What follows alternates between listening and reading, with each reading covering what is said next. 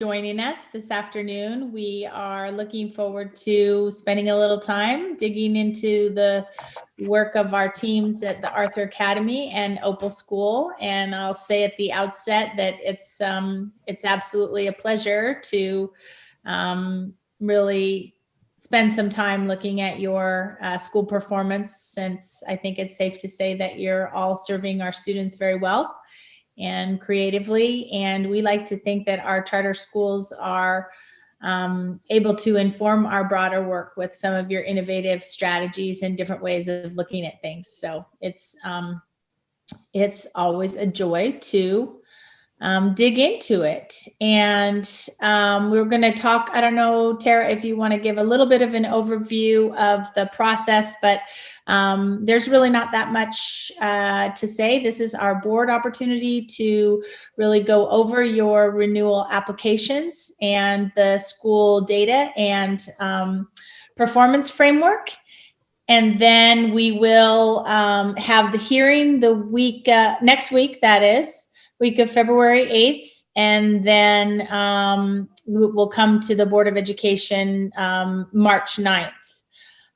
So that is the course that we are on. And I think we still hope that there might be some opportunity to jump into some of your virtual classrooms here in the next couple of weeks. And is there anything anybody wants to add to that? Tara, anything about process that I missed? I think you covered the process part, unless there was anything new to add to that, Karina, but I think we covered. I'm good. Okay. And this isn't about process, but I just want to ask you, either Tara or Karina, one of the things that wasn't specifically addressed in the staff report, but of course is a big consideration in this process this year, is just the COVID overlay, the lack of assessment data from last year. So if you want to just talk about that in the context of the broader renewal process and the years of data that we do have, because it wasn't explicitly addressed, but things look different in our evaluation process than they usually do. Absolutely. And I will also let you know that we'll kind of take a trip to those pages in the framework that show the past year's overall information, so you can see a little bit of that.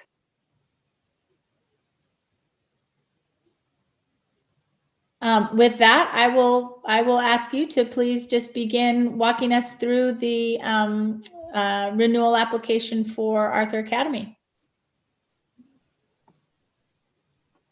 All right, so I did want to ensure that the board committee has access to the document about the charter renewal criteria that was also part of the package. So that would have been document 3 in the agenda. And I just want to ensure if there are any questions around criteria that you have access to that particular document, so you know. And we have everything uploaded for them in their board book, so board members are able to follow along. Great. Awesome. And I'm going to read kind of the general, we'll give overviews. And so Tara and I will do our tag team. So I'll start by giving the overview of the school, and then then Tara will follow up with the individual specific school information. All right, so we'll start with Portland Arthur Academy. So Portland Arthur Academy Charter School is a K-5 charter school in Southeast Portland, housed on Ascension Catholic Church campus, enrolling 175 students. The school uses a research-based direct instruction model that focuses students through a highly organized incremental curriculum and ensures that they master each skill before moving on to the next. Portland Arthur Academy is one of 6 Arthur Academies in the greater Portland area, which share a common curriculum, a single board of directors, and a central administrative office. Portland Arthur Academy opened in 2005 and is in its 16th year of operation. It successfully applied for a charter renewal in 2008 and in 2011. The school is currently operating under a 5 to 10 year flexible agreement, which has been extended annually to reach the statutory 10th year limit, which will terminate June 30th, 2021. Portland Arthur Academy has formally submitted an application for renewal of its charter with the district, Per ORS 338.0654C, this renewal term shall, quote, shall be for a minimum of 5 years, but may not exceed 10 years. Portland Arthur Academy has requested a 10-year renewal of its charter. And with that, I'll hand it over to Tara to talk more specifically about the school data. Great, thank you. So some highlights of this renewal term for Portland Arthur Academy include that students do consistently meet or exceed district averages and state targets as whole population and also as disaggregated student groups on the state assessments. Additionally, after a focus on the third grade math instruction, the 2018 and 19, which is the last year that we do have state assessment data, the average achievement score for math on state assessments increased by an average of 30 points from the previous year for the PAA third grade students. So pretty good highlight there. Additionally, the annual parent satisfaction survey results consistently show that families have chosen highly satisfied or satisfied between 96 and 100% of the time over the term of this contract at Portland Arthur Academy. Some unique considerations for Portland Arthur Academy. Many of the economies of scale available to the school are due to the ability to have the central office function that is shared by 6 schools, and that structure is unique among the Portland charter schools. Some requests from Portland Arthur Academy for consideration in their renewal contract. The Portland Arthur Academy has requested an increase in the pass-through percentage of state school funds from 80% to 90%. The justification for that request is in the renewal application on pages 20 and 21. Charter schools, as schools of choice, continue to work to attract a student population that's reflective of the district's population. Portland Arthur Academy's enrollment reflects this trend, though the school has some success in this work. 6.5% of its students are English language learners. That compares to 11% of the district population in the same grades. 28% are economically disadvantaged, and that compares to 32% of the district's same population.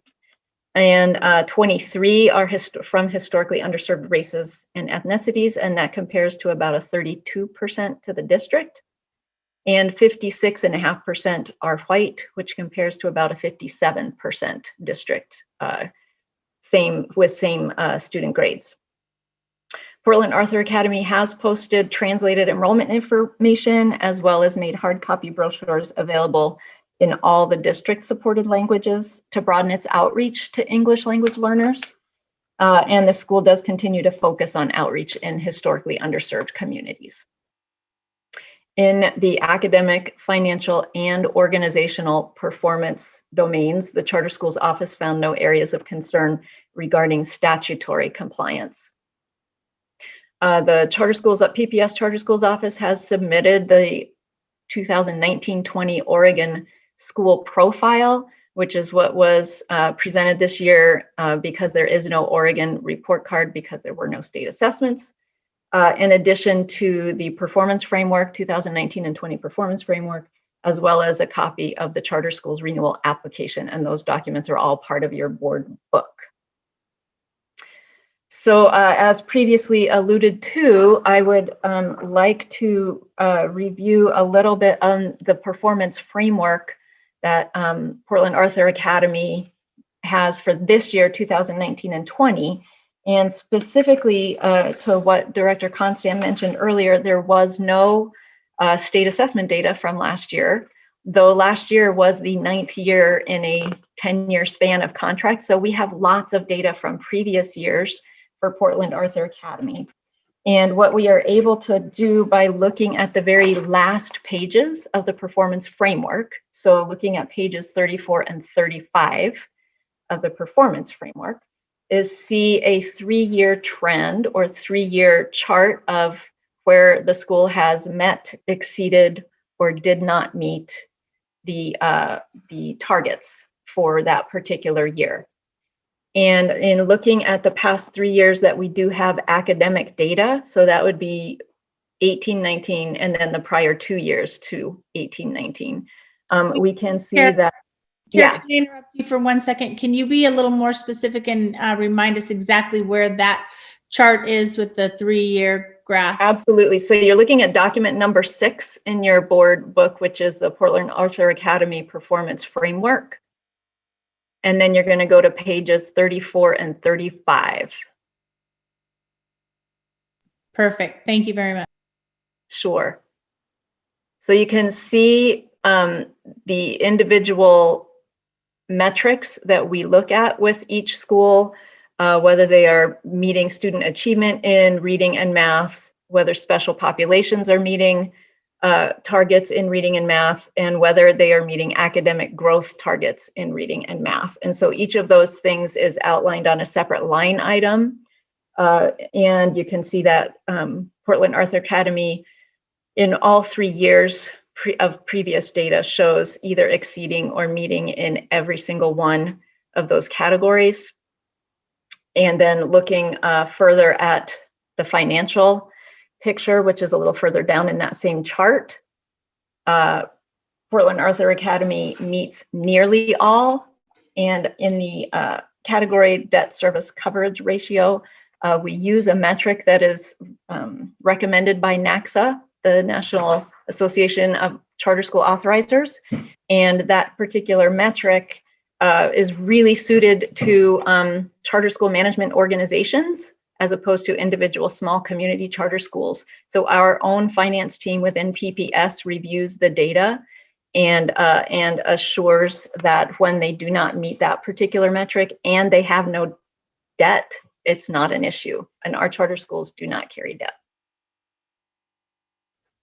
And then on the final page, page 35, you can see the organizational metrics, which generally relate to how the school protects civil rights of students and employment rights of employees, in addition to following statute and health and safety laws, et cetera. And in all 3 years, the Portland Arthur Academy has met all of those metrics. Thank you. May I ask a quick question, Tara? Hi, Tara, about that framework. Is this the metrics that we're looking at on page 34 and 35, or the summary of different, like whether it meets or exceeds? Are these done by the school, or are they done by third party, or are they done by the district? Who's compiling the data? Yeah, that's a great question. Those are compiled by the district, by the charter schools office, and we use as our sources of data, for the most part, ODE, Oregon report card data, and our state assessment data. But Tara, the framework, our framework for evaluation in terms of the creation of those categories comes from ODE. That framework, actually, ODE is the VIA. It really comes from the National Association of Charter School Authorizers. So this is recommended by NACSA, and ODE sort of targeted the framework itself to suit Oregon's specific measures. And now that you're saying NACSA, I think that you did reference NACSA up in the introductory narrative. Thank you. Correct. That's many of our templates and frameworks that we use originate through NACSA, because they do this work nationally to help districts and sponsors of charter schools. I was just going to say, that's a great question. Are there other questions? I had a question about when you were talking about in the application, just financial considerations, and that your lease will be ending at some time soon. Just talk a little bit about that. When is your lease up? What are you looking at in terms of relocation? What are your financial constraints there? And then I do want to follow that up with a specific question about your request to change the pass-through that has to do with your PERS expenses. But my first one is about your facility itself.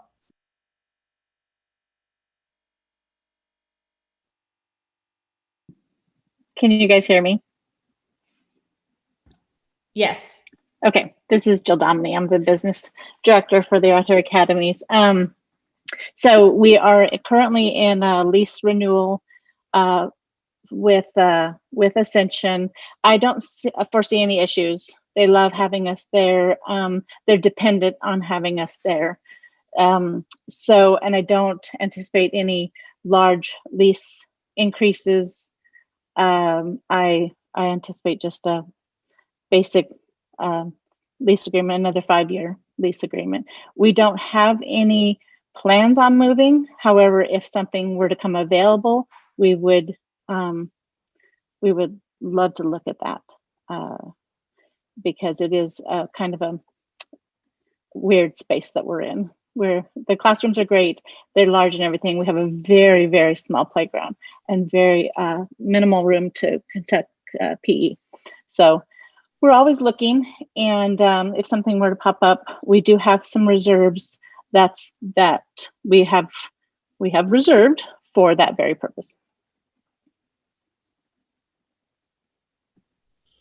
And then can you just explain, this is something we've talked about in the past, but Director DePass is new to our committee. Can you explain the situation that charters find themselves in relative to their with their PERS expenses relative to the different status for PPS as a whole?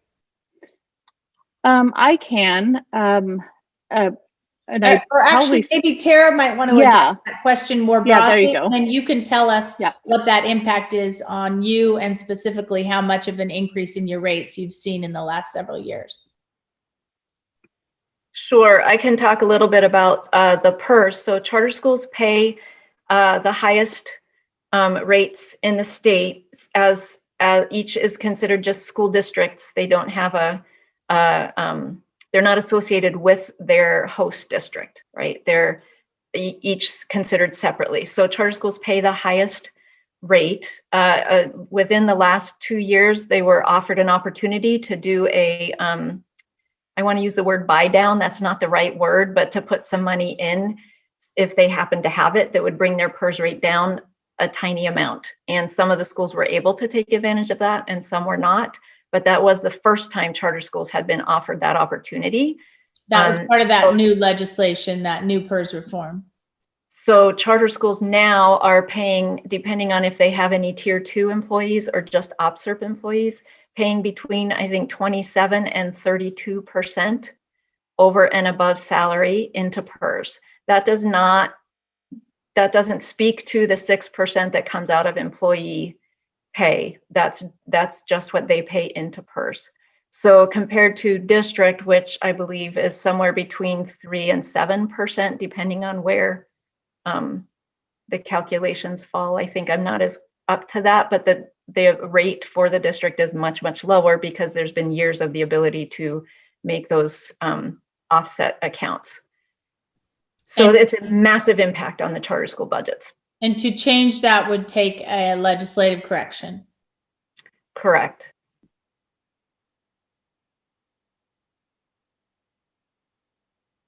I don't know if Jill or Stephanie had something else to add about that. No, you nailed it. But suffice to say, it's very meaningful and onerous on your budgets.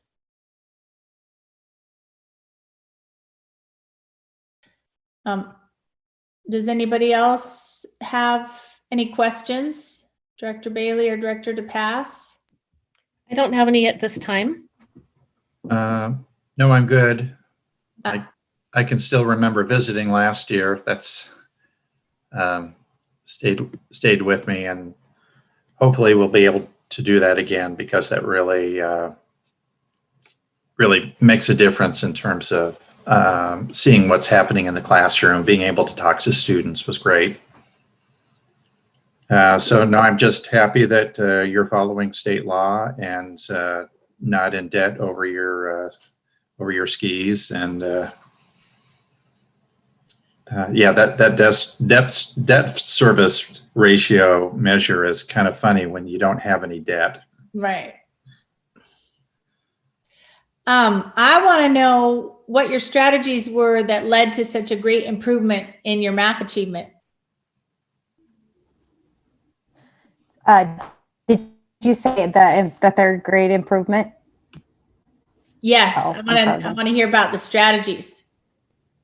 So I don't have great connection right now, you guys. So Tara Miller may have to jump in for me. But Tara Miller is our principal now, and this is her 15th year or so with Arthur Academy. She was our vice principal intervention specialist last year. So a lot of it honestly had to do with her and the work that she did with kids in math. So it's kind of fun to have her on here and be able to say that. But strategies that we used our direct instruction curriculum, and then we didn't change anything. We used it, and then we just kids got more instruction in math in smaller groups targeted with that same curriculum. So we didn't go find anything else. We didn't do anything different. We used it.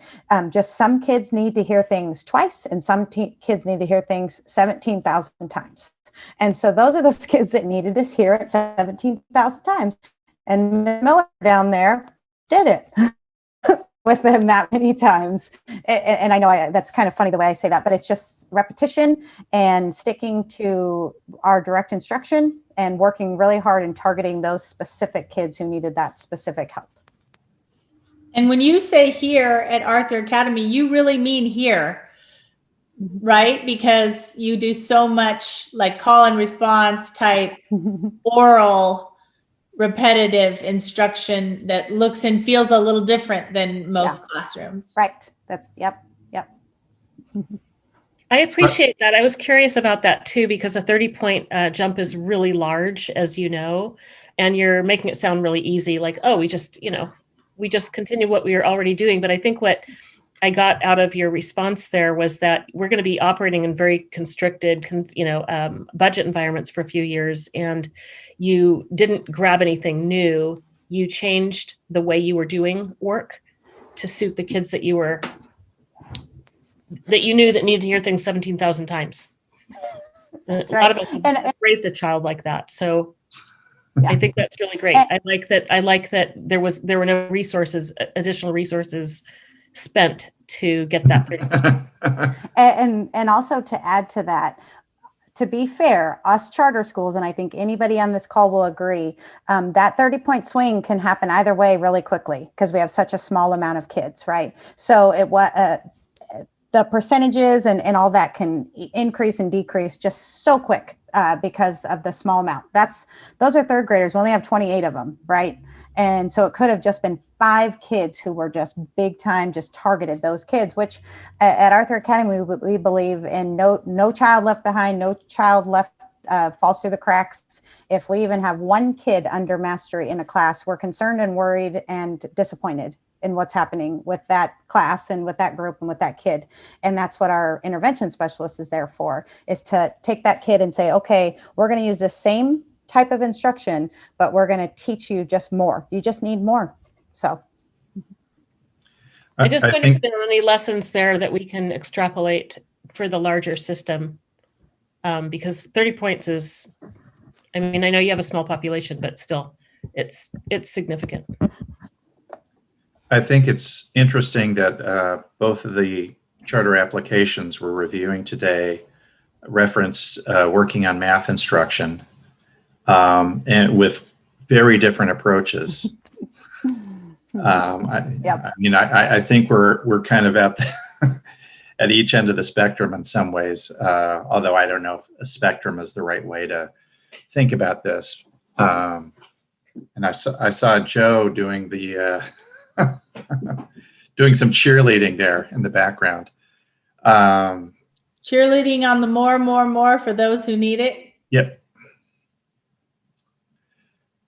And maybe we can kind of return to this afterwards and have a little more dialogue on different approaches that work for kids, and appreciate that it's not necessarily there's only one path to success. I think one of the things I would just add really quickly, just to follow up on what Stephanie said and others have said, is as you, and you said, Director Bailey, is as you do classroom observations, one of the things you realize in a direct instruction model is if I'm that student who needs it 12 times because that's the way my brain works, and that, or maybe because of the day or what, for whatever reason, the fact that they do that in a whole school model is so normalized that different students on different skills are going to need that. And so that's one of the things that I really appreciate about Portland Arthur Academy is it may look like Karina's just not getting it, and that may very well be true, but tomorrow it might be some other student, and then they're going to have the same intervention regardless of what student or what content. So it is one of the things that's really unique about Arthur Academy. And there's no stigmatizing or, yeah, that's a really good point.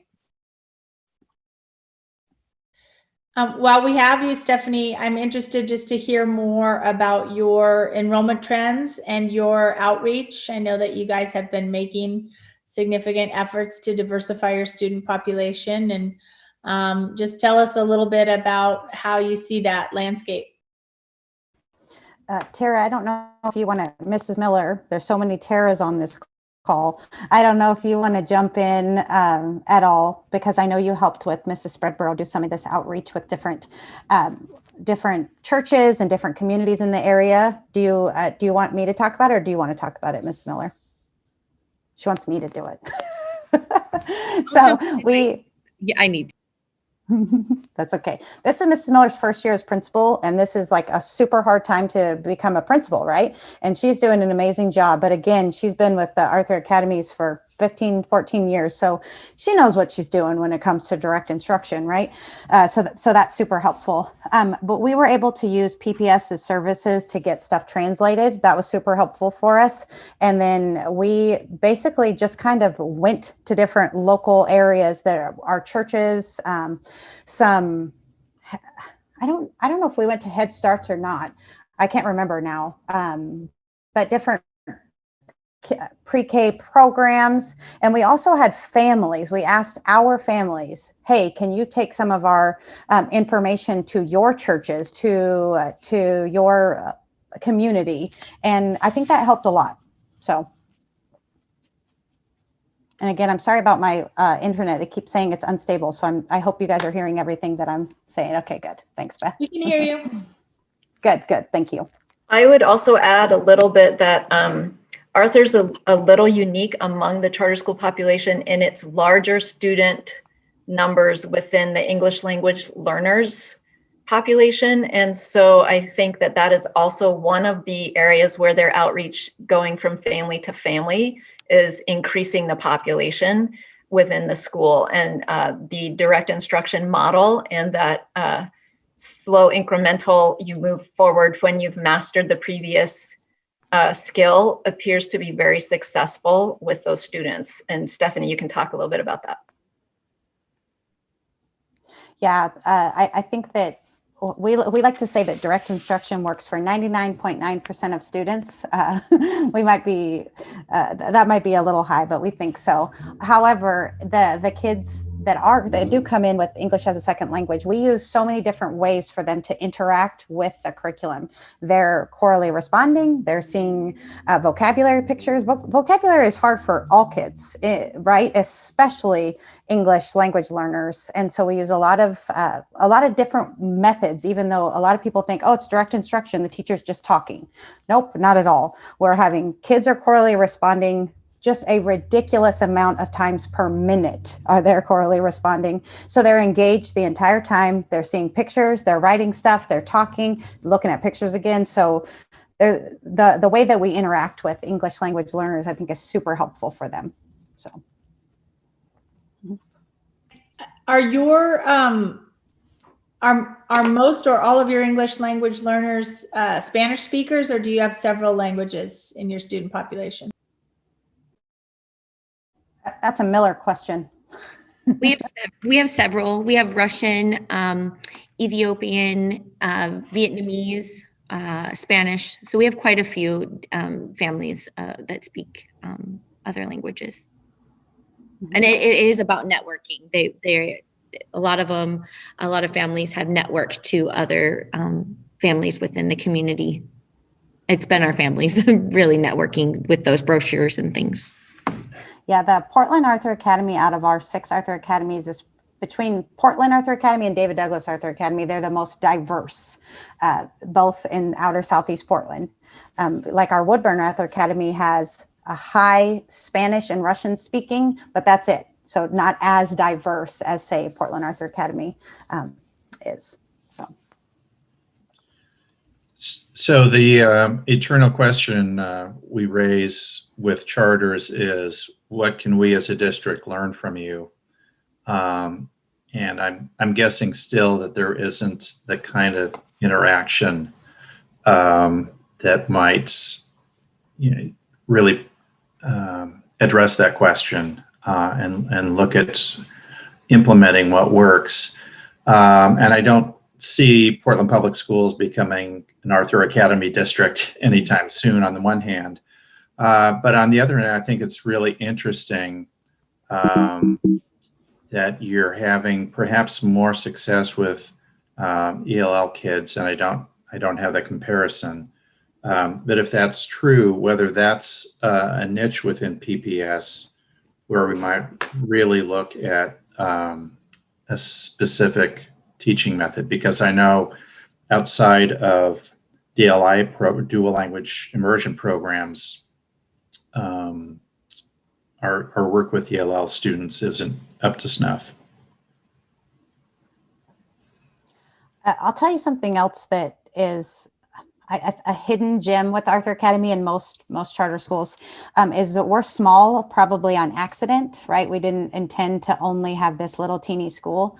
But when I talked to Charles Arthur, who's the founder of the Arthur Academies, he always says, we did that on accident, but we're lucky we did that, because having that, what I call quality control, and that's maybe not the best term to use, but I'm always talking about quality control, and where I can go to Mrs. Miller and she and I can look at, in a 2-hour time frame, every single kid's data in the whole entire school. Once a week, we look at data, the two of us together, and she's looking at it all the time, right? Her and her intervention specialist, but we can look at everything and say, okay, these kids were not at 90% or above in math. Why was that? What can we do? Oh, I know we can do some intervention with those kids this week, or for 2 weeks or 3 weeks or one day. It could just be one little skill. And so the fact that we have such a small 175 kids, we can easily look at their data very carefully every single week. But Scott, that's just a really good point about the ELL instruction and how maybe we can pull out that piece and really try to build some more bridges to the rest of our instructional leadership, to see, because even though it's not disaggregated exactly in the data we have, we know that the student population is so small that if it wasn't working, it would show up in the aggregate data, and also that it's not, there's no designation of need for targeted or, TSI improvements. And if the English language learners weren't performing well, there would be. So I think that's a great conversation for us to remember to have. Is there any way that we could, I agree that we should look at, what Arthur Academy is doing well, and if we can pull that into our larger system. I was curious about how students got into the school, whether it was an application process, and also wondering about the opportunity or the potential to do a study on this topic and find out, what are the variables that are creating success at the Arthur Academy that we're not doing? Like, for instance, could we look at the teachers' expectations of kids? Could we look at some of these other variables that are leading to this success?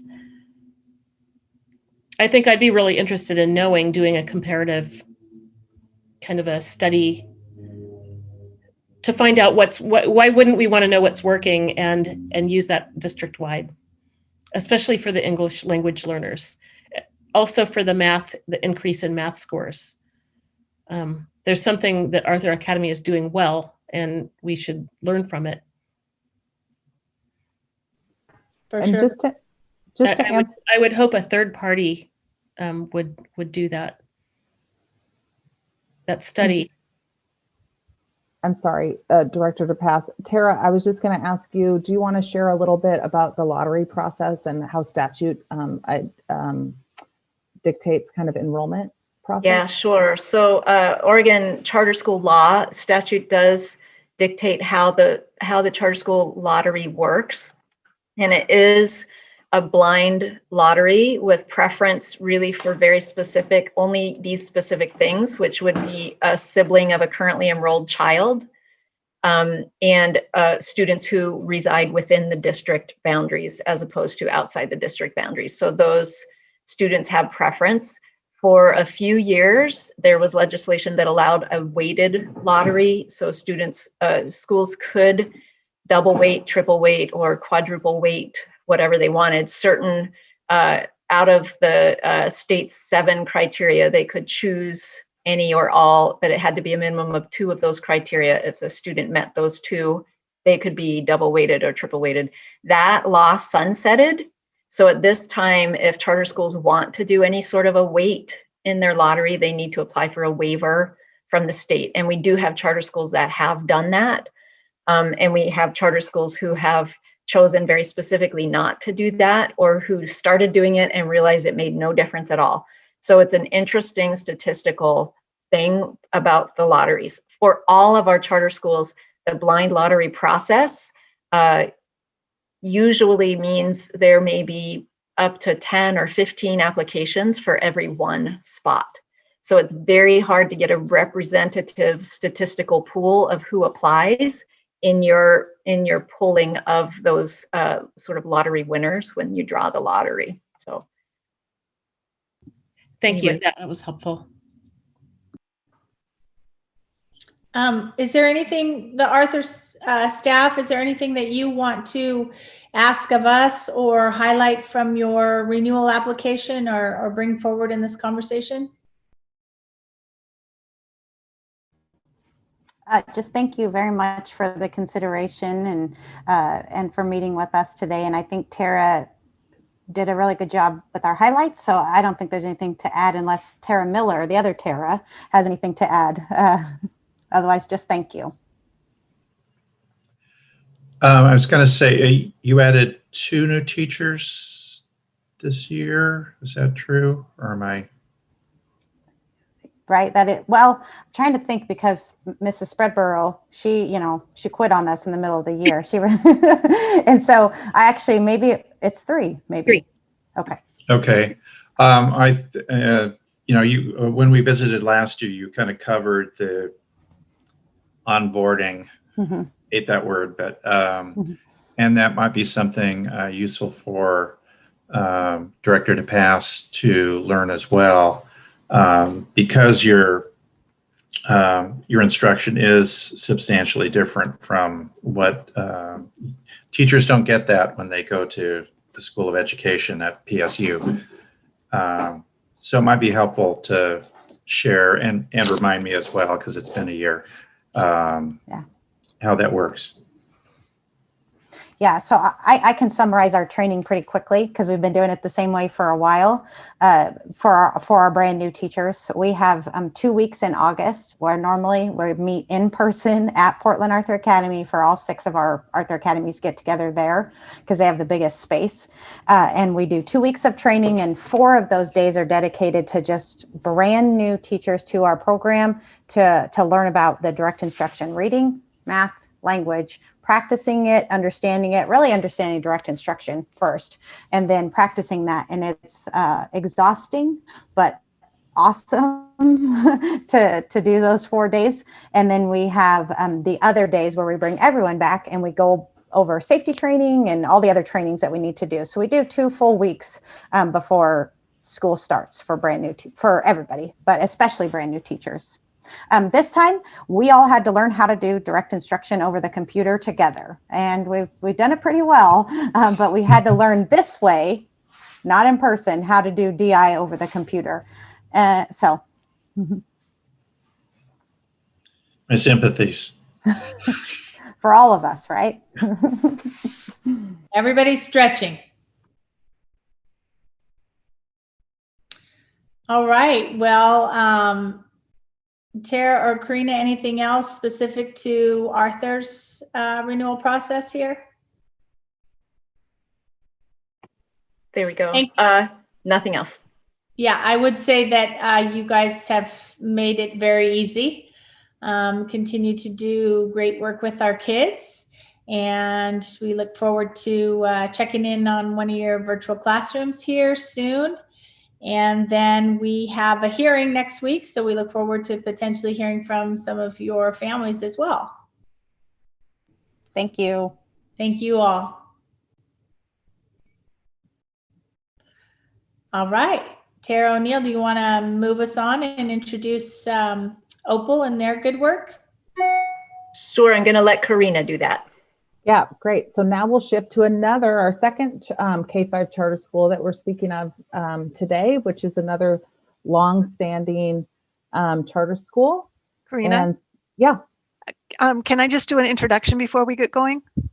Sure, absolutely. So one of the people on the call is Janie Iverson, who is the new interim executive director at Portland Children's Museum. And I just wanted you folks to know that she was joining us. We also have Tara Papandreou, who is part of the leadership team with Opal School. So I just wanted you to know that there's a couple folks here who you might not have seen before and why they're here, and welcome them. Thanks, folks. Thank you, Beth. Very important. Thank you. And I just have to say, how awesome is it for me to be on a Zoom call with two other Taras? We have a statistically significant cohort of Taras. Never in my life have I experienced. Like, never. I've never been Tara M. There you go. Well, welcome. We're glad you're here. Thank you, Beth, for introducing the other people that are support around Opal Charter School. So I'll just again start us off with some of the background. So Opal Charter School is a K-5 charter school in Southwest Portland, housed in the Portland Children's Museum building, and it enrolling 88 to 90 students every year. The school's instructional program is guided by the work of early childhood educators in Reggio Emilia, Italy, neuroscience research, and constructivist practices. The Opal School, through its association with the Museum Center for Learning, operates as a research lab and professional development hub for educators nationwide who take part in Opal's summer symposium and visitation days during the school year. Opal opened in 2001 and is in its 20th year of operation. It successfully applied for charter renewals in 2006 and 2011. The school is currently operating under a 5 to 10 year flexible agreement, which has been extended annually to reach the statutory 10th year limit, and their current contract will terminate on June 30th, 2021. Opal Charter School has formally submitted an application for renewal of its charter with Portland Public Schools.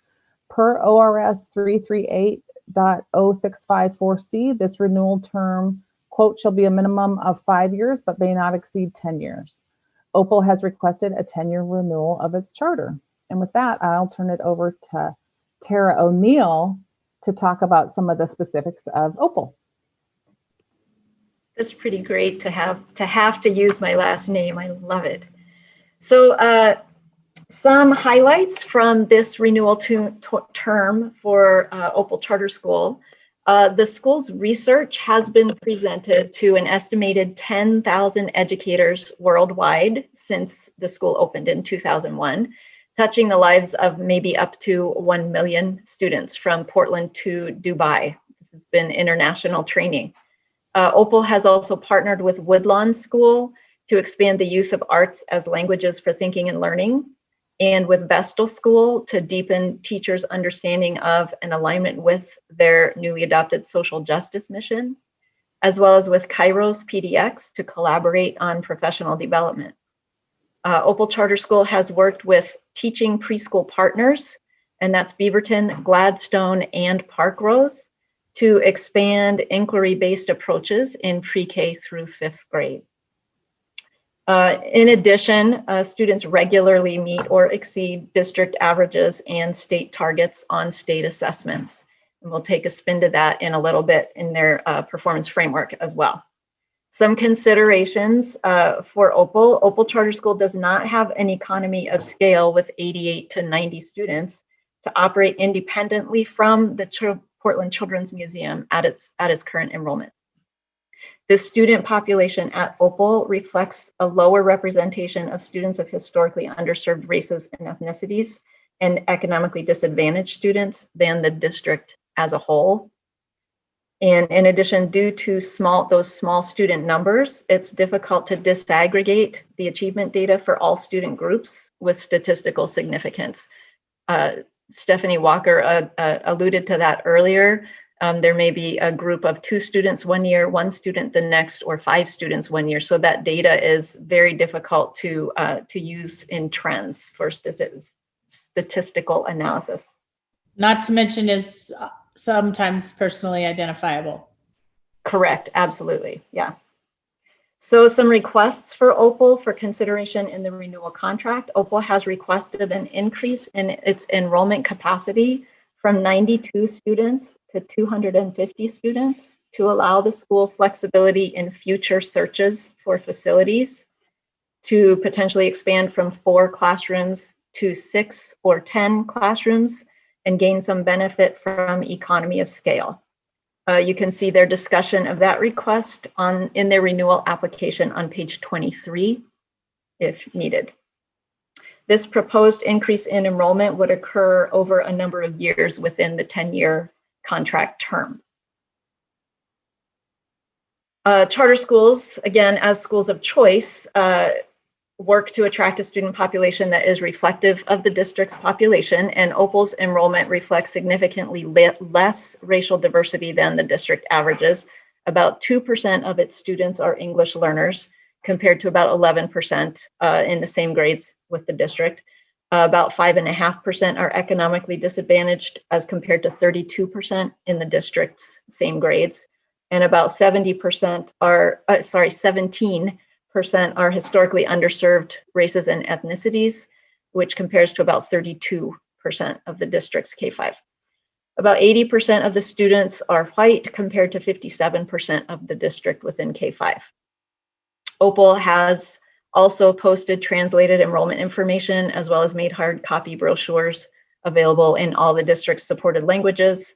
Its continued work is to broaden its outreach to historically underserved communities, resulting in a more diverse student population. And I know Beth will have more to say about that when we have time for that.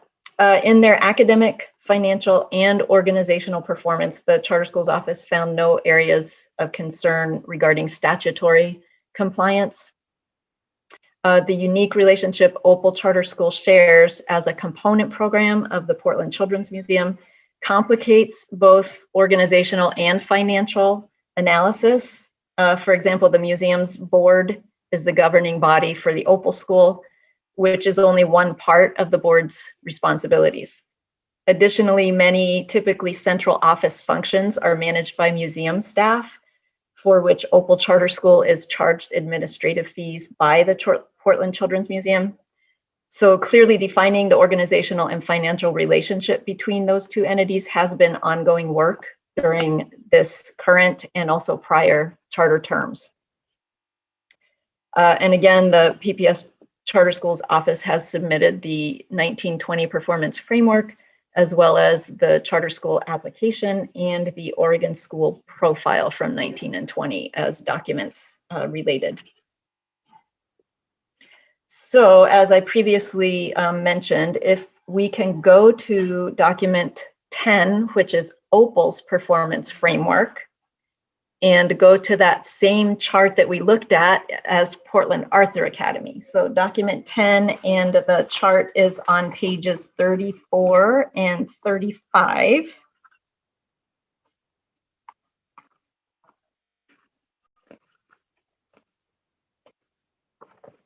Okay.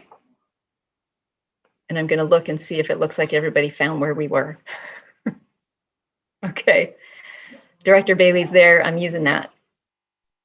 Okay, Karen, just to clarify, these aren't documents that we actually have, just the board members are looking at them. I just want to make sure that I'm not supposed to be looking Yes, at they're actually posted on the agenda. Okay, thank you. Yes, so if you go to the agenda, you'll see each document item posted, and you can click on that document number 10.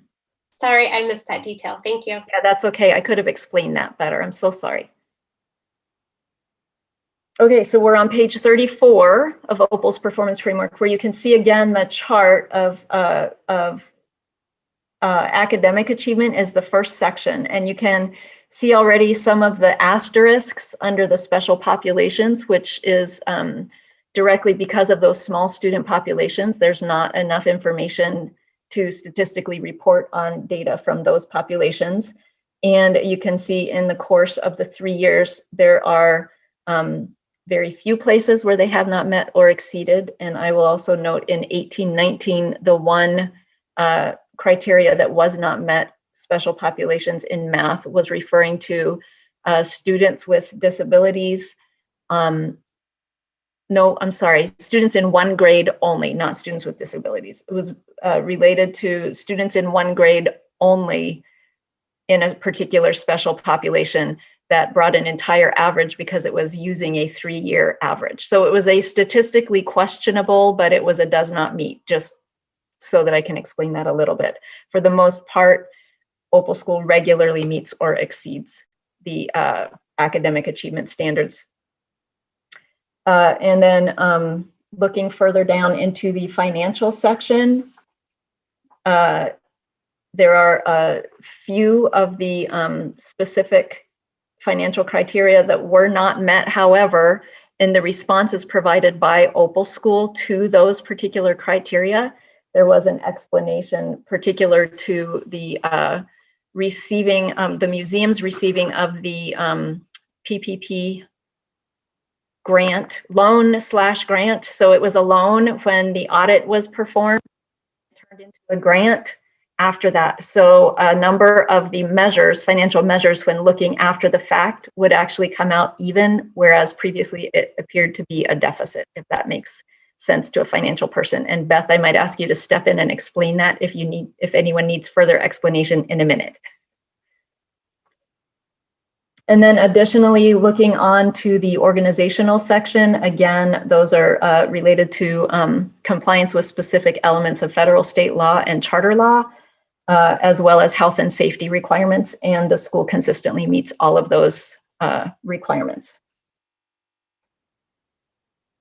Any questions around the, and I did want to also note that all of these metrics are backed up by specific data, but you just don't see the academic data in this framework because we didn't have it last year. So particular to Director DePass, who hasn't seen these particular performance frameworks in the past, prior years would show each individual data point in the detailed pages earlier. As far as academic achievement is concerned, it's just that last year we didn't have the data from the state because of COVID. So there we go. Any questions related to the framework results? I guess my big question, which is kind of peripherally related to the framework, is that you have such a collaborative and project-based curriculum. Tell us what that looks like in virtual learning and how it's going. I'm going to bring Mary Gage into the conversation because this is her area. And we're going to hope that my internet works. And if it doesn't, it will be indicative of everything that's happened thus far this year. So I will say that we've had a very steep learning curve, as you might imagine, trying to translate our values and our approaches to teaching and learning into the digital environment. And I will say that we have landed in a place that feels really good to us, and I think good to families. It took us a while to find our way, and we have in the most recent iteration of our schedules and our work with kids, we are prioritizing live meeting time. And so the majority of our day is spent with students in different kinds of configurations. We have very little time that is whole classes, and our primary grades, which are K through 2, they don't come together as a whole group except for once a week in a community gathering, because we found that it doesn't work very well for them to all be on a screen at the same time to collaborate and to share ideas. Our grades 3 through 5 come together a couple of times a week all together, and then we do lots of small group work. We found that we're able to meet the needs of individual students in new and different ways right now. We have intervention groups that run all afternoon long. And so kids might be in an intervention for a specific content area, whereas not another. We have all hands on deck. I'm in the classrooms all day with different grades and different kids. All of the adults that work within the school are supporting the students in the classroom. We're playing with how we can translate our work with materials in a variety of languages into distance learning. We are finding that we're having lots of opportunity to think about big ideas and to pursue our project work, which is the heart of our work. And that was something that we had a lot of concerns about at the end of last year as all of this was so new. I feel like we have the technology under our belts a little bit now, and so that's really freed us up in a lot of ways to focus on supporting learning and growth for our students and growing these big ideas together and pursuing the essential questions that we've identified that we want to pursue and we want to learn alongside children with. So I will say that we are in a very different place right now with distance learning than we were last spring, and even than we were at the beginning of the school year. And I guess I should have asked this of Arthur Academy too, or maybe it's our district staff that wants to weigh in, but are either of you, either of these schools preparing for limited in-person instruction or hybrid learning? And tell us where you are with that, because you're certainly at an advantage over most of our schools in terms of the size of your cohorts. Yes, and I would say that some of the constraints that we face are probably similar to the district. One thing that feels particularly unique is our size. We have 5 classrooms and we have 5 teachers. And so within the current guidance, if we have families that request comprehensive distance learning, we would be required to provide that at the same time that we provide learning on site.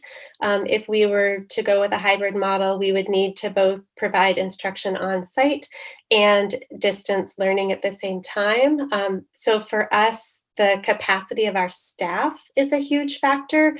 Trying to problem solve there. We just sent out communication to our families last week to talk a little bit about what we're calling a bit of a complex decision matrix.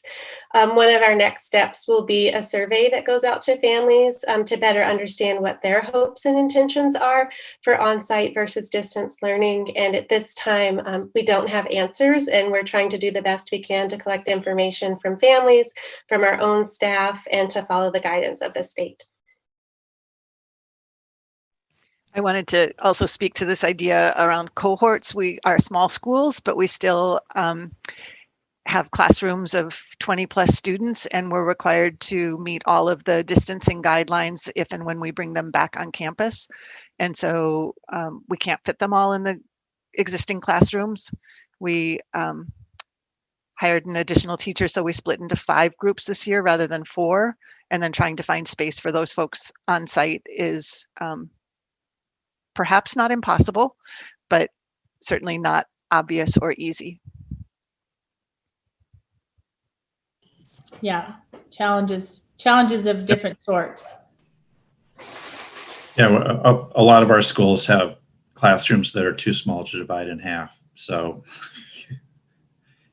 even though we're a lot bigger, it's same issues. And I know having been in your building, it's interesting to get around and try to keep a distance. And I think, Amy, your question about, how is distance learning going right now? How's the learning going?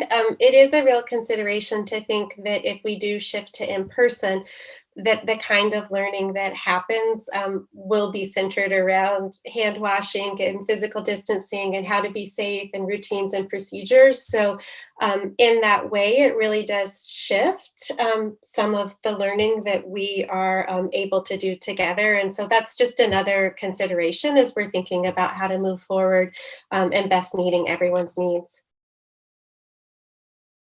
Yeah. Complicated days. And the city is basically gonna kick you and the museum out in 10 years or? Yeah, so the museum entered into a 30-year lease back in 2001 when we opened. And we learned, I'm thinking 2 years ago, that in the master plan for Washington Park, that the building disappears. And so our landlord, Parks and Rec, has notified us that they do not intend to renew our lease. So there has been a 10-year timeline for trying to identify another location and to move out of that building. And COVID, of course, threw a big wrench in all of those ideas, and there's a lot of uncertainty all around. And in looking at your request to potentially increase your enrollment, depending on what a different facility might look like, Gianni and Beth, are you guys committed to staying in partnership between the school and the museum, or would consider different paths, or what is that? What are the considerations there? So I think everything is on the table. And in even pre-COVID, as we were asking the question, does it make sense to be co-located? Does it make sense to be in partnership with other community organizations, either for the museum or for the school? The school is not just the charter school, it is also a pre-K program and our professional development for educators. So there's a lot of moving parts. And I'll let Janny chime in here, but I think there are no decisions that have been made. Yeah, as you can imagine, COVID kind of put a little wrench into one of the big revenue generators for the museum. Once you shut things down, that's been the primary source of income. So I started after Ruth's retirement in December. So I'm working with the board to really assess where we are and what the possibilities are. But from the board's perspective, there's deep commitment to the school, to professional development, and to figuring out what's going to be the best pathway forward, whatever that might look like. And so everyone's kind of rolling up their sleeves and taking a look at what the possibilities are. There's another round of funding for shuttered venues that could be a possibility. So we're trying to exploit everything that's available and also continuing to be consistent with the support for the school program as well.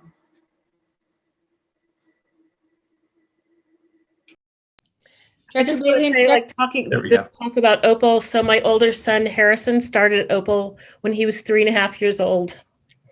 And he continued through the third grade there. And so I was in that building every day. And I wasn't even thinking about putting him in preschool, but I had my second child.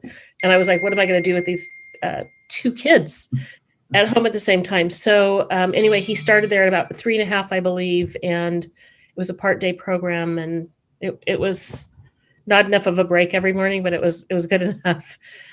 So Harrison was in the same grade as my younger child also. That's right. That's right. Yeah. And actually there's one student that they went through, just Benji. They went to middle school. I mean, their lockers, they shared a locker. In high school, their lockers were next to each other. So yeah, that's sweet. All the way through. And he turned out really nicely, by the way, as did Harrison.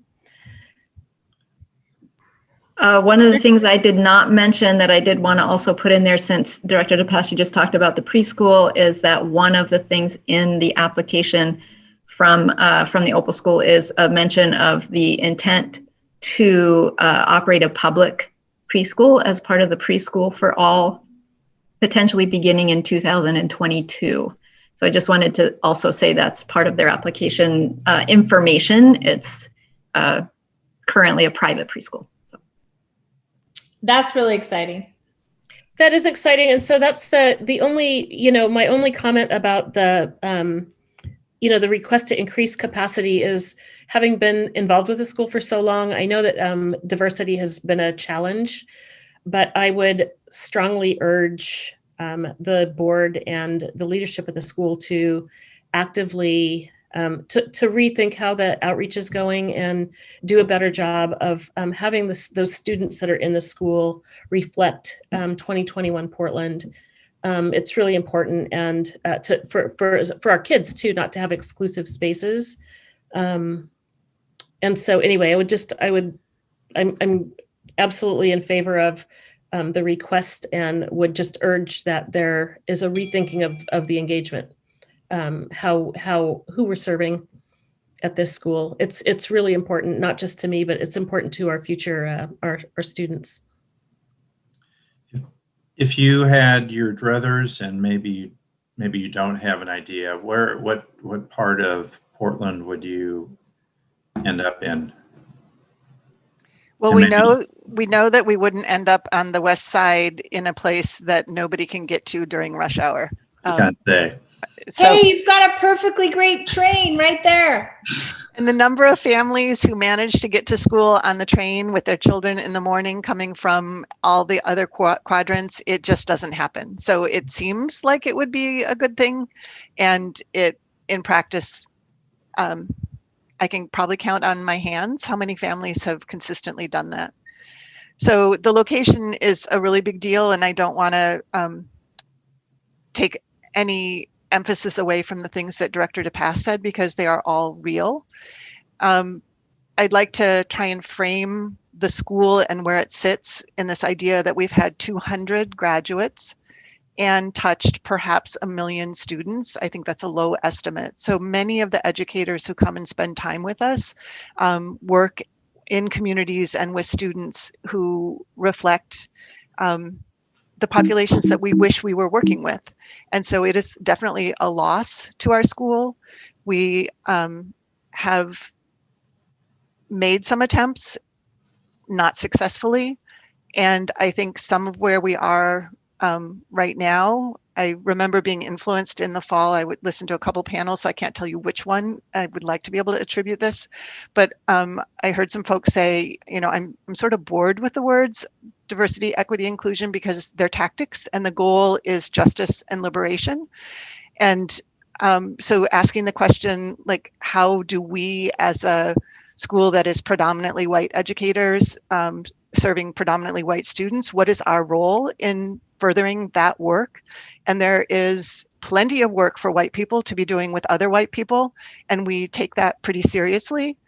And we believe that our pedagogy lends itself really well to growing the kinds of citizens that we need. And that doesn't mean that we shouldn't or won't be doing the other work. It's just that right now, with our teeny tiny budget and our teeny tiny resources, and really, Tara O'Neill can speak to this, PPS every year looks at our financials and sort of says, how do they do it? We've been pretty focused on the survival of the school, to be honest. And we've recognized now, partly because of COVID and partly because of all of the other things, that we really do have to be slightly larger, because there is no economy of scale and no possibility of reaching beyond just what is right in front of us. So I think that's sort of a both and. I don't know if I addressed your question. I don't want to minimize the request, because it is a loss to all of our students. It's a loss that white students don't have Black educators. It's a loss to all of us. I want to acknowledge that. And I do want to say that there's a lot of work that we believe is getting us closer to some of the goals that we all want. That's terrific. Yeah, and I think focus on justice and liberation versus diversity. But if we look at like a biomimicry or a biology, diversity is builds resistance in systems. And for instance, I'm up against this in some other realms. A lack of BIPOC leadership is preventing these entities from getting funding. So as a strategy for resilience, because you're small, it would make a business sense to diversify at all levels, to build that resistance into the into your programming and your system. Thank you.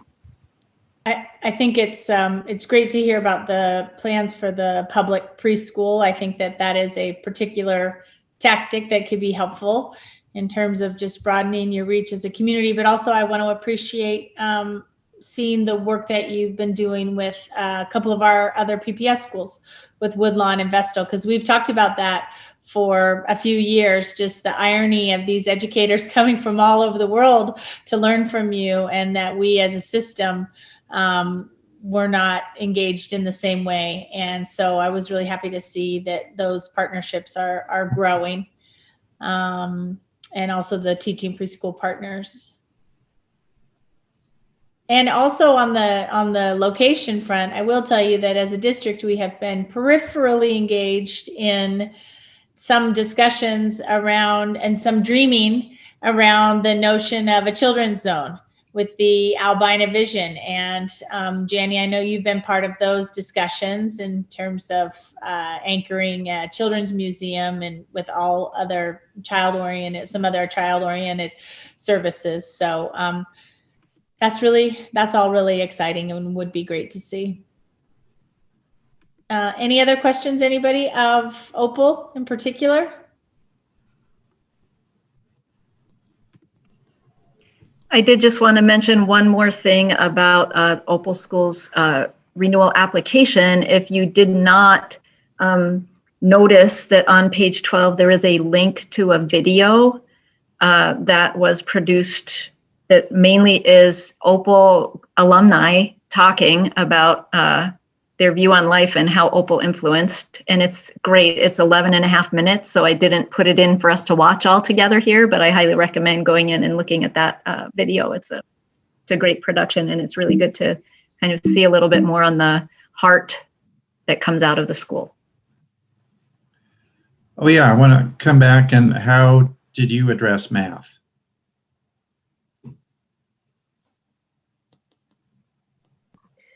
I think that it's first of all, you're all frozen, so I can't tell if you can hear me. You are coming through, but you're a little bit unclear. And Mary Gage, sometimes if you turn your video off, it makes your connection generally stronger. So we'll miss seeing your face, but it might make our connection a little more reliable. Okay, we'll see if this helps. I am using my PPS hotspot because my home internet is not working. So I'm glad we were able to do that for you. I hope that it will help me. So I think the question about math is multifaceted, as every question is. I think that part of it is about math instruction. I think parts of it are also connected to other pieces, including our students' familiarity with the computers. That we don't have computers, before distance learning in our classrooms until 3rd grade at the earliest. And it was really testing that initially brought computers into our classrooms, even in 3rd grade, because we didn't have a need or use for them within the context of our curriculum. And so trying to build in really intentional ways to build children's computer literacy, to build in even the most basics of how to use a keyboard, how to type into a computer. And so I think there's that piece. And then in terms of the mathematics piece itself, we have been working with a math curriculum that comes out of New York City that is from Math in the City. It's Context for Learning. And so the idea is that children are learning within context, which are stories in which their math has real work to do in the world within these stories. And through these stories, they're building different models. They're building big ideas for mathematics and strategies to solve problems. And so part of what we have done is support our own teachers' understanding of this curriculum and how this curriculum aligns with standards. I would say that in general, our approach to mathematics is more depth than breadth. And so trying to think about how do we make adjustments in our view of a school year to think about what are the children's rights in terms of their experiences with mathematics and the opportunities to construct a variety of these strategies, models, and big ideas. We focused a portion of our professional development on that. And so teachers come together, we analyze student work together, we look at the scope of mathematics across the year at Opal School, and we think about, where are the places that we have gaps that we can recognize, and then what kinds of materials might support that. We're also working in new ways with intervention groups that we hadn't in the past. And distance learning has provided us even more opportunities to do that in ways that are unique, that I think we can take some of the learning from distance learning and intervention groups into the classroom when we move back in person. And that feels really exciting. I think also really focusing on our own internal assessment and together analyzing student work. And as we look at a child's work, being able to think about what can we see that this child can do right now? What's the evidence of that? Thinking together about what might be next steps for this individual child, and then using that projection of possibilities to move into the actual curriculum in the classroom. And so I think, it's definitely about working with individual children, also about the professional development of our teachers, and really focusing our efforts on increasing our understanding of mathematics and our ability to support children's understanding of mathematics.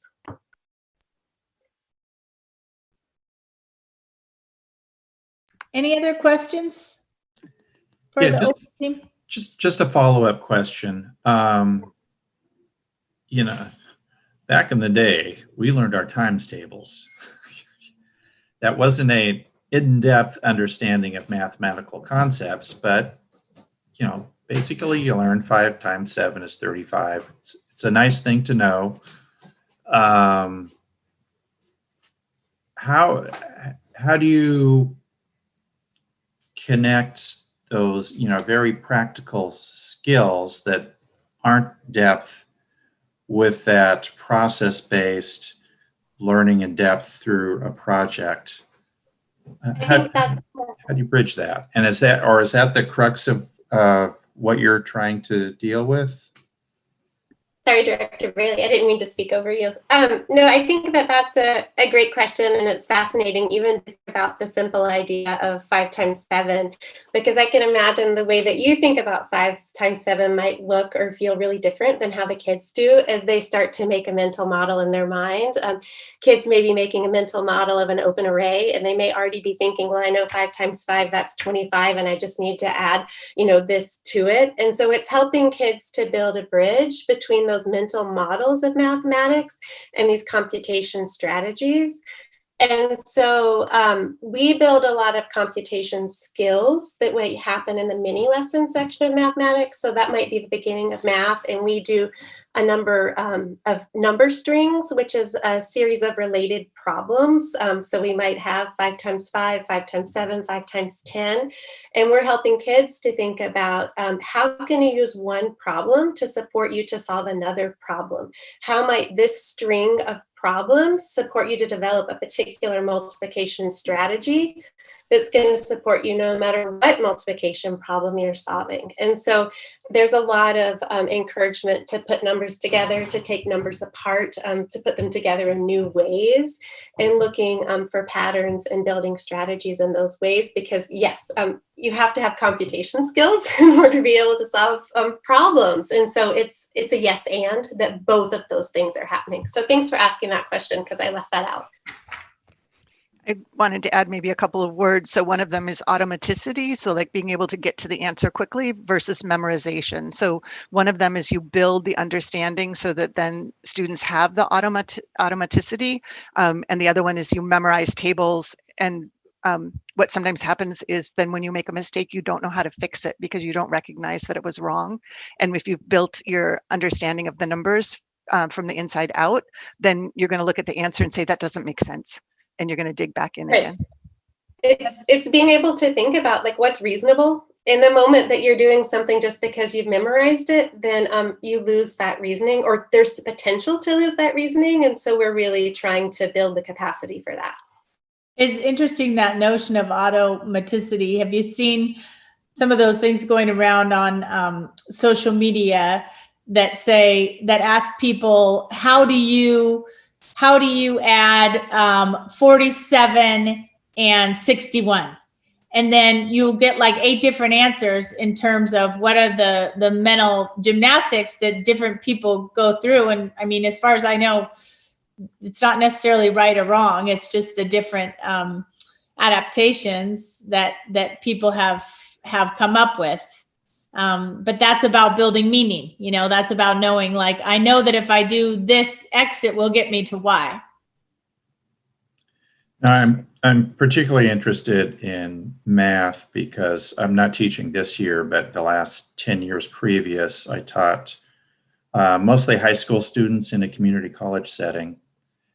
And I had to teach basic percentages. It's like, 10%, how to calculate that, and would see students regularly on tests get ridiculous answers and not know, wow, okay, I made a mistake somewhere, I need to go through it. They just would get to a answer, put it down, and move on.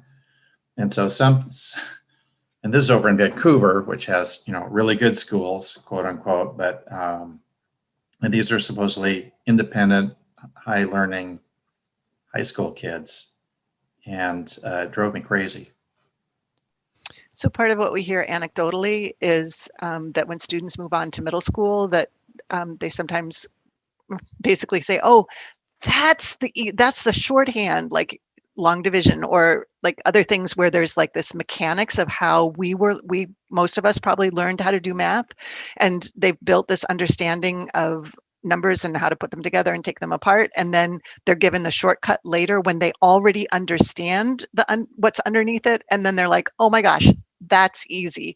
But if you start there, then you are trying to build like how to carry the one, like what are you doing, and it doesn't make the sense. So we anecdotally hear back that the transition that many of them are worried about, like what happens when you go out into the world, they find that, oh, that's just another overlay to what I already understand. And I think that was maybe a little bit of what Mary Gage was speaking to earlier. Yeah. And that is that the timing of when our students have certain easily testable skills, like the automaticity, that timing doesn't always line up with the expectations in the state testing. Maybe Mary Gage might say that differently than I do, but that's just a piece of what's challenging. I think many of us would love to shoot the state tests and get something better, but that's another story. But yeah, there's something that happens, because I hear a lot about, especially in early grades, about going for that deep understanding, multiple solutions, and then something seems to happen between then and high school that, I don't know if the scaffolding just doesn't work, that there isn't, some repetition of those skills to keep them fresh. I don't know. But something is not working very well, I think, in our whole system. So thanks for indulging. Mary Gage, go ahead. I just wanted to add one more thing, just in terms of the perspective of the teacher, that for this approach to mathematics, I think is just as intellectually engaging for the teacher as it is for the students as we come together.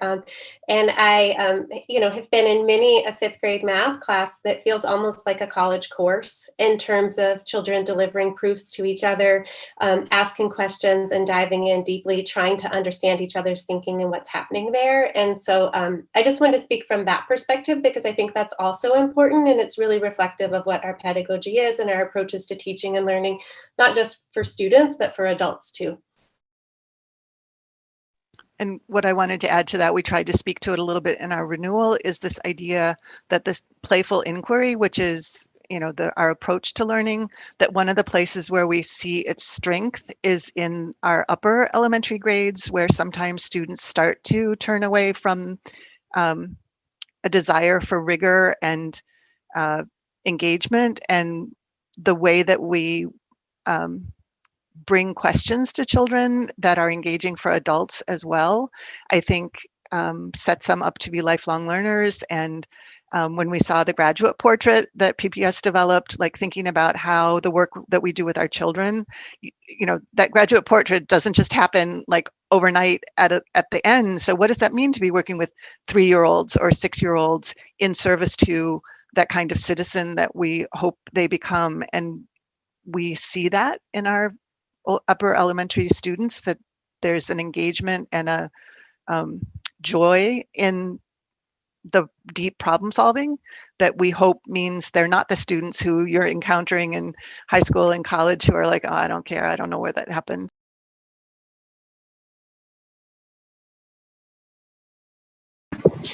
Thank you very much. Thank you for all your work, and thank you for today. We have a few more minutes. I don't know, Roseanne or Kara, do we have anyone here to provide public testimony? No. Okay. I have one.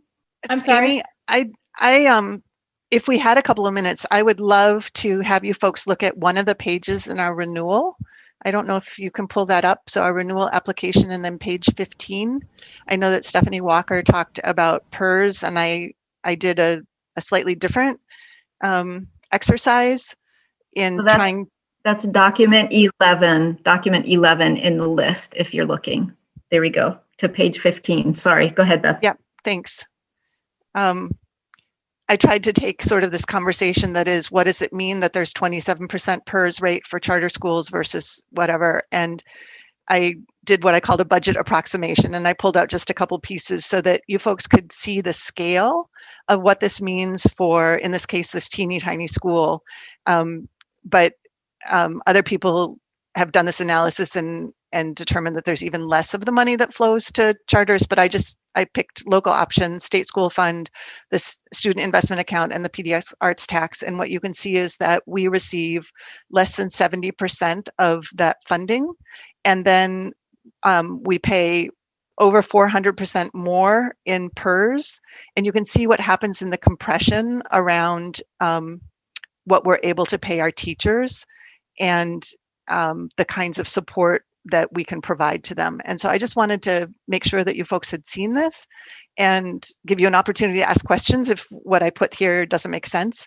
But just to give you an idea of what the impact of the 80% funding and then the 0 on local option, like what does that mean to us in combination with this significantly higher PERS?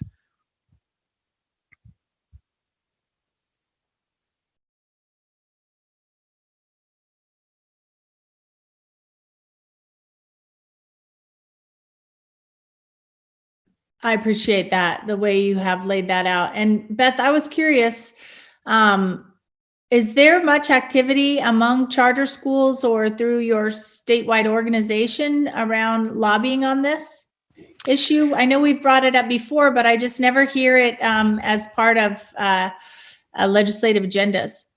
Right. I think part of what happens is that I'm trying to think of how I can say this. The teachers union and charter schools are not the best bedfellows or best of friends. Yep. And so our teeny tiny charter, community in Oregon is very small and up against sophisticated lobbyists, and we don't generally prevail. So there was an attempt to have the charter PERS rate be tied to its sponsoring district, which would make a huge difference. And I don't know where that went, and I don't know what happened with it. And that's actually more the norm nationwide, isn't it?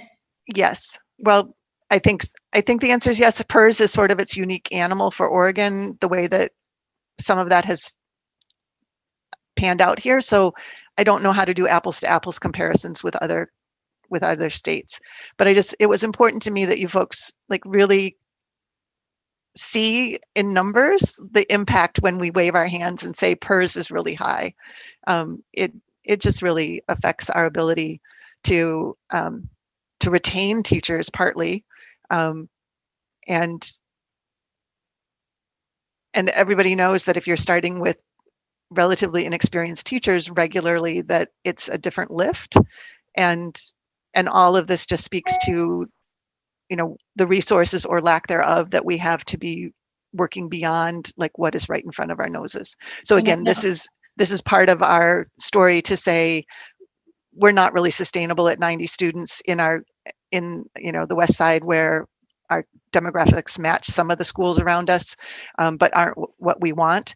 So this, I think, is an important part of the story. It's a huge, the retention issue is huge too, in terms of just your school communities. Yeah.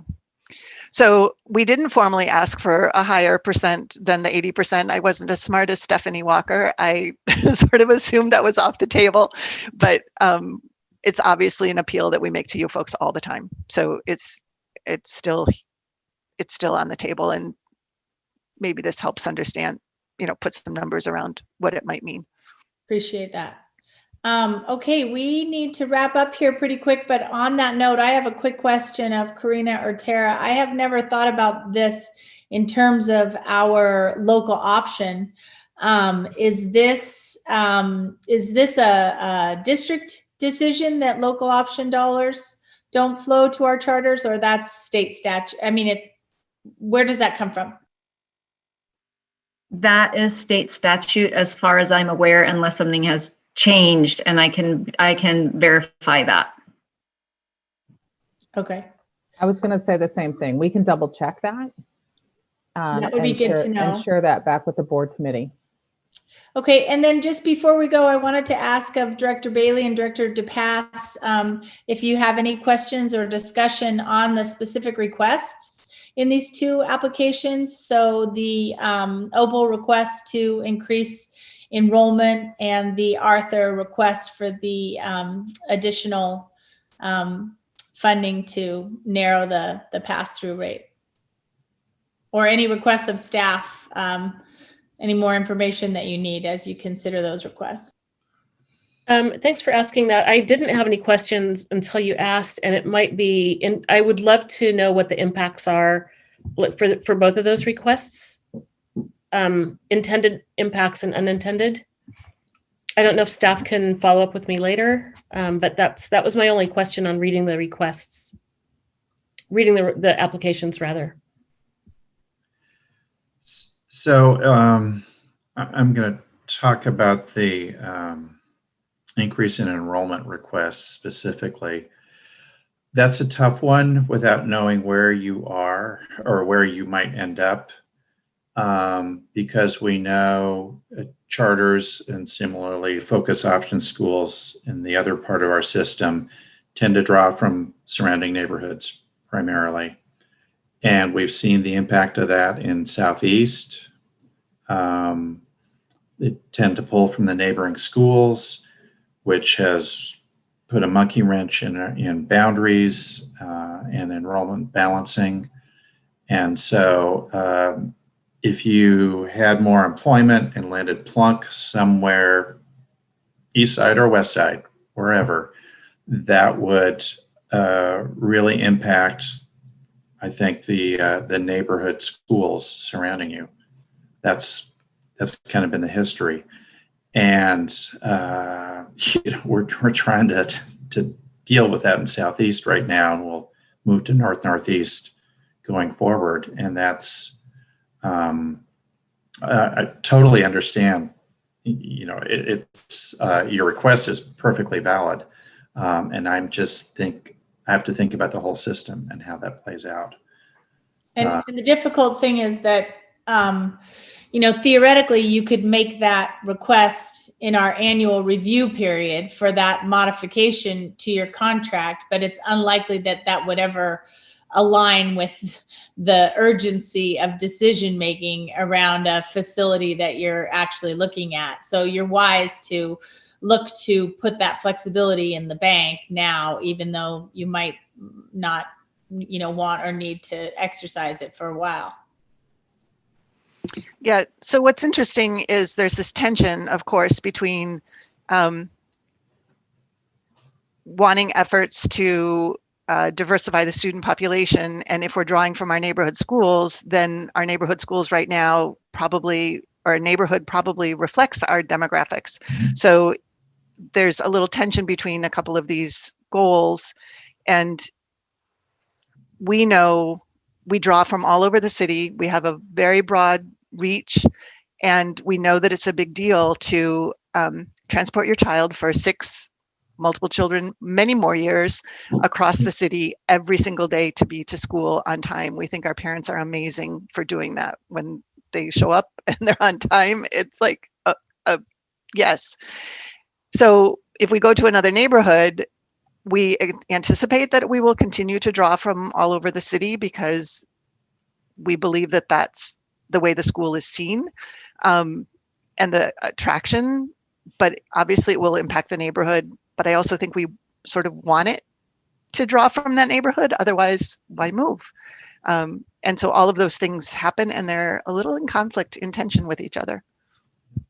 Yeah, that's wanted to acknowledge that. I'm sorry. I did a quick analysis of sort of charter schools collectively in PPS, and the demographics are not significantly different than PPS. They're, of course, very ununiformly distributed across the charter schools. But I think there is also, for this committee and for us in general, just asking the question whether or not we're trying to respond to demand that exists, or whether or not we're trying to drive demand to charter schools. And there's another tension. I just wanted to make a comment about climate impacts, because distant driving across town, and I was guilty as the rest of them. 22 years ago, or I would say 19 years ago, to get from my home in inner Northeast Portland to the Children's Museum was about 7 minutes during rush hour. So that's how long ago it was, because you can't even get out of the driveway for that amount of time. Michelle, you're not that old. Come on. I just wonder about the climate impacts. And I think about this in terms of the entire system, that if we have strong, neighborhood schools and kind of located in places where people can get to them, and then also in Portland and many cities, we have this racially segregated housing in neighborhoods. Where could you be the most impactful, and where could you locate where impacted, marginalized communities could walk or bike? I don't know. It's just those questions. And then, the climate impacts for such a green city. It's amazing what we'll do when we have a kid that needs to go to school across town. You will drive them, and you'll have to drive, because even with me without a job at the time, stay-at-home mom, I had to drive. So anyway, climate impacts. If that was a decision-making criteria, it might be an interesting study as well. So in the renewal, I pointed out that we had actually worked out a transportation route with Portland Public School Transportation, where we had identified 3 locations where we could have bus stops and also aftercare. So it was serving our community in a number of ways. And unfortunately, the way that the state law is written around transportation dollars, they have to flow through to charter schools through the district. And because of the nationwide shortage of bus drivers, even though we worked out how to pay for it, we worked out where the stops would be, PPS Transportation had to say, we can't serve you because we can't hire enough bus drivers for the routes that we are required to run, and so we can't take on any more. So there are some ideas and solutions that we would love to implement, and they're not under our purview. Thank you. Thank you all. Thank you to our fine staff for preparing all these thorough materials for our consideration. And we will see everybody again next week for our hearing, which is really just an opportunity to hear from the community. And is there anything else, Tara, that you want to add? I don't have anything else. Karina? No, I'm good. I just appreciate everyone's time and review of review by the board committee, and I appreciate all the staff time, but also thank you to all of our school leaders for showing up and sharing about the wonderful services you're providing to our students. I want to say hi to Nathaniel too, our student representative, who I think came on just a little bit late. And Nathaniel, I don't know if you had any questions or anything that you wanted to add or ask or. Yeah, I'm sorry. I only joined like 10 minutes ago. The meeting was scheduled right on top of our pre-scheduled DSE meeting, so it wasn't quite all right. Great timing. Quite all right. But should be able to show up for the community. If you want to go through the materials that we have in board book, and if you have any questions of our friends from Arthur Academy or Opal School, I'm sure they would be happy to respond or let me know or let Tara know. And we'll see y'all next week. Okay. Have a nice evening, everyone. Thanks, everyone. Have a good evening.